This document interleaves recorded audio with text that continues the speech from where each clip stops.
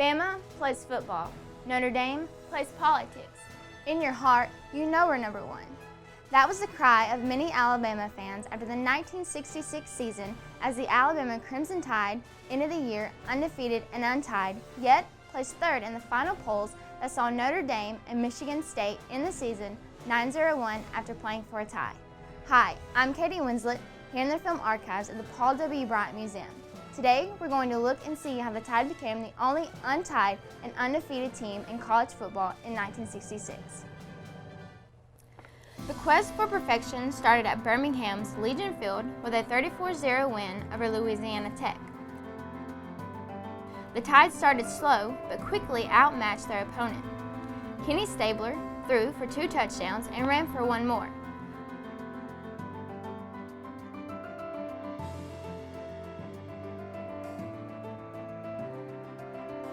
Quarterbacks Wayne Trimble and Joe Kelly both engineered a touchdown drive apiece, and the Bama defense recorded its first shutout of the season.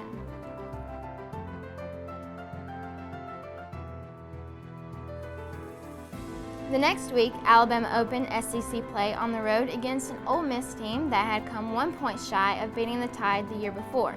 The Rebels set out for revenge this day, only to be denied by Alabama's great defensive effort that Coach Bryant described as something extra. Alabama's defense intercepted 3 Ole Miss passes and recovered 1 fumble under the lights in Jackson.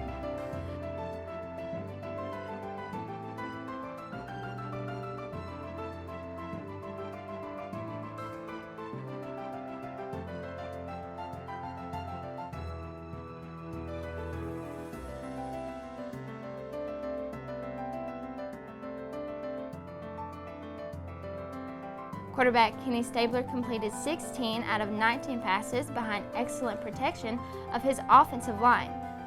The final score was Alabama 17, Ole Miss 7, with the Tide heading back home to face the Tigers of Clemson.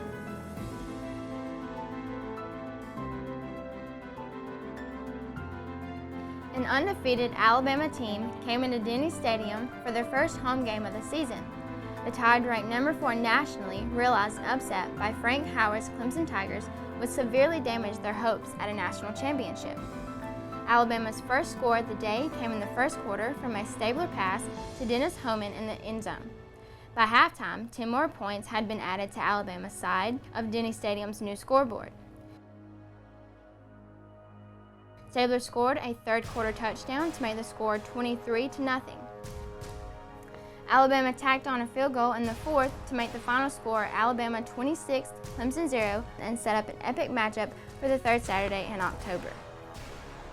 It was a rainy day in Knoxville on Saturday, October 15, 1966. Alabama met Tennessee in what was billed as the SEC game of the season. The Crimson Tide fought with their backs to the wall behind a 10-0 deficit all afternoon. As the fourth quarter started, the Tide began to change. Stabler threw a pass to Ray Perkins to put Alabama in scoring range, with the Tide eventually scoring and going for 2, giving the good guys 8 points, just 2 shy of Tennessee's score. With 3 minutes and 23 seconds left in the game, Alabama got the ball and found it virtually unable to score a winning touchdown. There was one chance to win.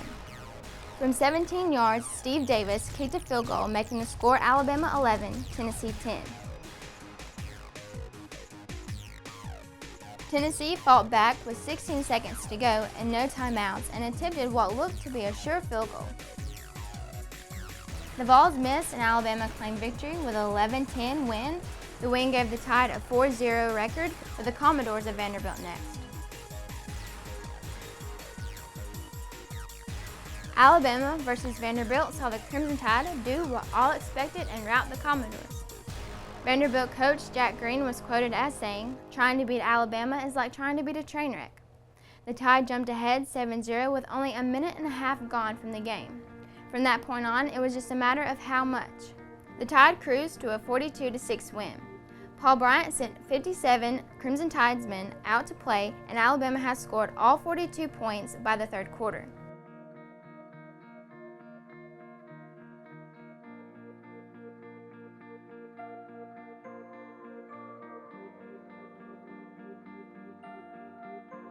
The win gave the Tide a 5-0 record heading back to Tuscaloosa with a matchup with the Bulldogs of Mississippi State. The Alabama-Mississippi State matchup saw quarterback Wayne Trimble etch his name in the archives of Alabama football by guiding the Tide to a 27-14 victory over the Bulldogs. The Tide scored first with a 35-yard field goal in the second quarter, then scored on a Trimble to Perkins pass of 26 yards to make the halftime score 10-0. Alabama added a third quarter field goal, but Mississippi State responded with a touchdown in the fourth.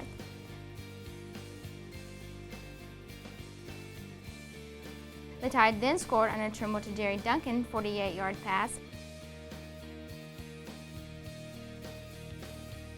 and then another to Perkins of 37 yards. State scored another touchdown, giving them 14 points, which would be the most points Alabama would give up all season.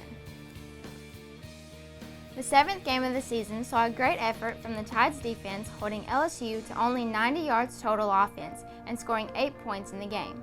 2 of those points came within the first minute of play as the Tide defense blocked a punt and scored a safety.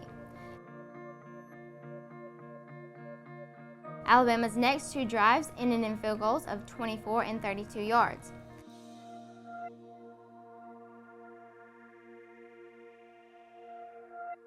The defense then flexed its muscles when Bobby Jones intercepted an LSU pass and carried it back 33 yards for the score.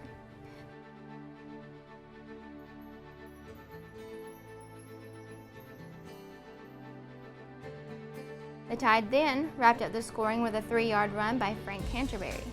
Final score, Alabama 21 and LSU 0.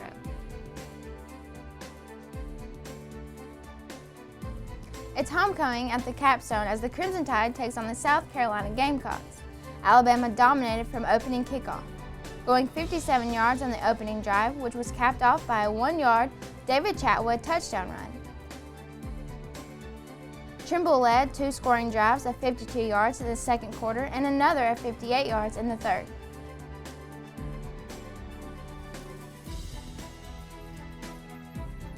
Perhaps the highlight of this homecoming game was the presence of Alabama's own Jim Nabors, as he was on hand to participate in homecoming activities. Steve Davis added a field goal in the fourth, and Alabama claimed victory this day 24-0 over South Carolina.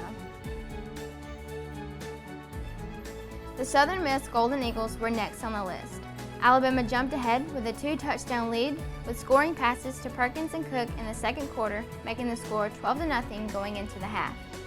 As the second half began, Alabama scored on a David Chatwood run of 13 yards. Bama would score 2 more times in the fourth, one a 55-yard touchdown pass, and the other a 1-yard run by quarterback Joe Kelly.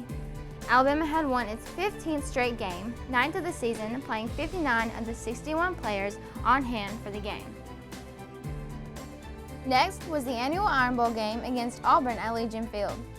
Alabama opened the scoring with a 63-yard touchdown pass to Ray Perkins in the second quarter.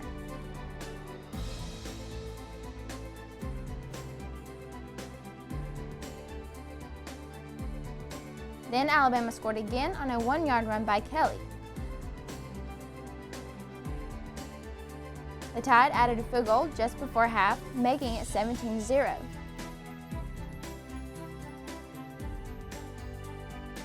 In the second half, the Tide scored a 12-yard touchdown run to make the score 24-0. Alabama ended the scoring for the afternoon with a Trimble to Sutton 41-yard touchdown pass and cruised to victory over Auburn 31-0.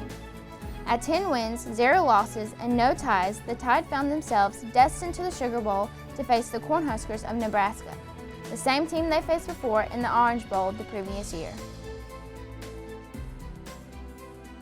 January 2nd, 1967, New Orleans, the Sugar Bowl. The Tide wasted little time in this game, catching fire on the first play, which was a pass to Perkins from Stabler for 60 yards.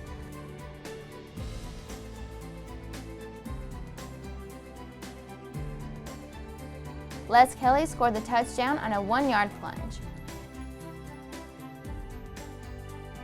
Alabama also scored on their second drive of the game on a 9-yard option play by Kenny Stabler.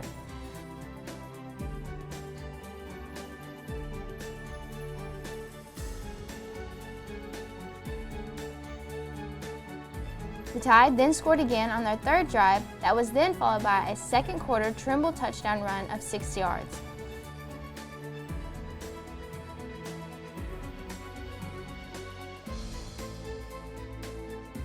In the third quarter, Davis added a field goal of 30 yards.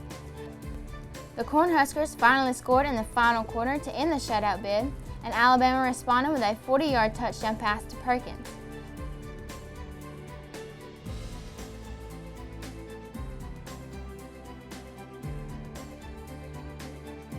The game came to an end with an Alabama victory of 34-7 over Nebraska, and with that, remained the only undefeated, untied team in the country. Alabama won and kept on winning in 1966, long after number 1 and number 2 had marred their records with a tie and chose not to play in a bowl game. As Sports Illustrated said in an editorial, "Now be honest, Notre Dame and Michigan State, would you really want to play Alabama? We think not." I'm Katie Winslet. Thanks for watching. Roll Tide.